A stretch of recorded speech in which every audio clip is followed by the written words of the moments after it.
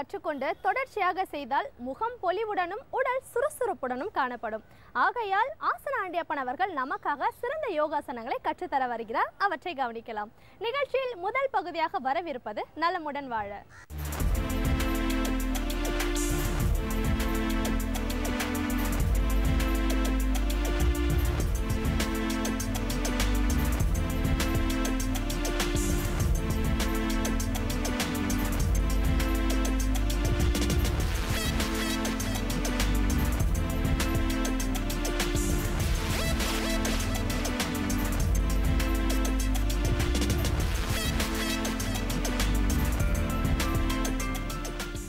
என் அருமை உலகத்தமிழ் மக்களே, தாய்மார்களே, பெரியோர்களே, சிறார்களே, என் அருமை சீடர்களே, யோக நண்பர்களே, யோக விரும்பிகளே, உங்கள் அனைவருக்கும் என் இனிய காலை வணக்கம்.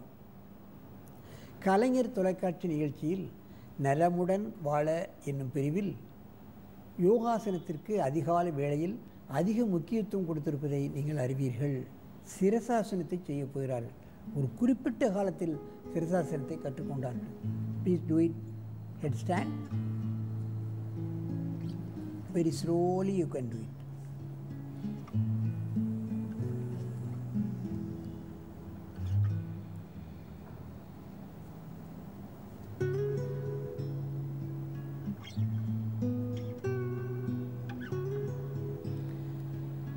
சிரசாசனம் தனியாக செய்வது என்பது கடினம். ஆகவே கொஞ்ச நாள் அர்த்த சிரசாசனம் காலை தூக்காமலே முக்கோணம் மாதிரி நின்று பழகி அதற்கு பின்னால் செவ்வரோரமாக பழகில்தான் தனியாக சிரசாசனத்தை செய்ய வேண்டும். பெண்கள் சிரசாசனம் செய்வது என்பது ரொம்ப கடினம். நம் நாட்டு பெண்கள் முடியவே முடியாது. செவ்வரோரமாக கூட செய்ய முடியாது. அந்த அளவுக்கு அவர்கள் உடல் பெருத்து வைத்திருக்கிறார்கள். உடலை பெருக்க பெருக்க நோய் பெருகும் என்பதை நீங்கள் தெரிந்து கொள்ள வேண்டும். பாருங்கள், எவ்வளோ அனாசாயமாக எவ்வளோ நேரம் வேண்டுமானாலும் செய்யலாம் என்று அவர்கள் நின்று கொண்டிருக்கிறார்கள். Relax. Can you do variation? அஸ்வினி முத்ராசனம்.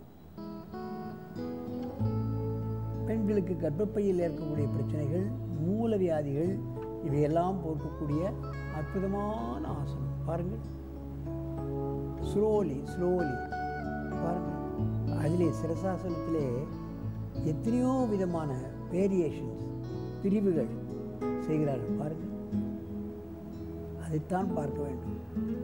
35 வயது பெண்மணி எவ்வளவு ஆர்வமுடன் இந்த கலையை கற்றுக்கொண்டு தன் நாட்டுக்கு சென்று தன் மக்களுக்கு இந்த கலையை கற்றுக் கொடுக்க போகிறார்கள் என்பதை பார்க்க வேண்டும்.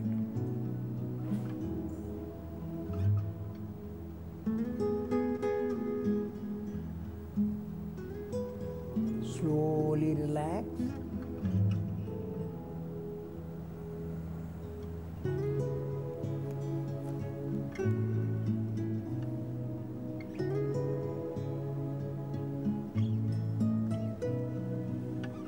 Relax.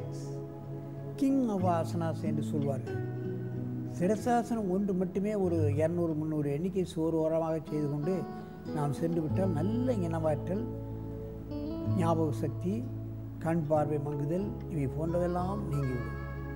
உள்ளுறுப்புகள் அத்தனையும் சரியாக வேலை செய்யக்கூடியது. Return this side and quit neck exercise 5 times. இந்த சிரசாசனம் செய்கிறவர்கள் கழுத்து மிகவும்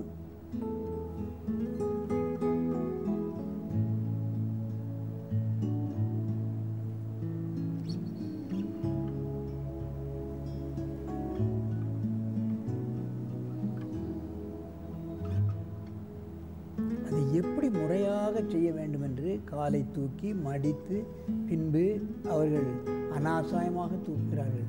அதைத்தான் நாம் கவனத்தில் கொள்ள வேண்டும்.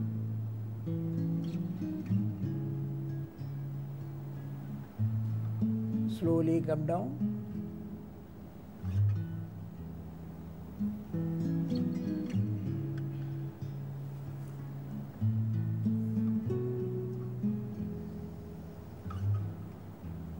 You can do neck exercise for 2 times, up and down. இந்த சிரசாசனம் செய்துவிட்டால் கழுத்து பயிற்சியை முக்கியமாக செய்ய வேண்டும். ஏனென்றால் கழுத்து சற்று இறுக்கம் கிடைக்கும். இரத்த ஓட்டங்களெல்லாம் கீழே இறங்கி கழுத்து வழியாகத்தான் தலைக்கு செல்கின்றது. அப்பொழுது கழுத்து இறுகிவிடும். ஆகவே இது போன்ற லேசாக பக்கவாட்டில் அப் அண்ட் டவுன், அப்புறம் கிளாக் வைஸ், அப்புறம் ஆன்டி கிளாக் வைஸ் ஒரு 5 டைம்ஸ் செய்துவிட்டால் கழுத்தினுடைய இறுக்கம் குறைந்துவிடும். இதை செய்த உடனேயே மனிதனுக்கு ஒரு புத்துயிர் பெற்றுவிடும். காலையில் செய்துவிட்டால் அன்று முழுவதும் சுறுசுறுப்பாக இருக்கலாம். பண்டித ஜவஹர்லால் நேரு, இந்திரா காந்தி அம்மையார், அவருடைய பையன்கள் எல்லோரும் இந்த ஆசனத்தை செய்கிறார்கள். ஏன் நம் நாட்டிலும் பார்ப்பீர்களானால் அரசியல் கட்சி தலைவர்கள் எல்லோரும் இந்த ஆசனத்தை செய்து கொண்டிருக்கிறார்கள். ஆகவே இது போன்ற ஆசனங்களை காலையிலும் மாலையிலும் ஒரு 10 நிமிடமாவது பழகி தங்கள் உடலையும் உள்ளத்தையும் ஆரோக்கியமாக வைத்துக்கொண்டு நெடுதி இனிது வாழ வேண்டும் என்று கேட்டு உங்களிடமிருந்து விடைபெறுவது ஆசனா ஆண்டியப்பன். வணக்கம்.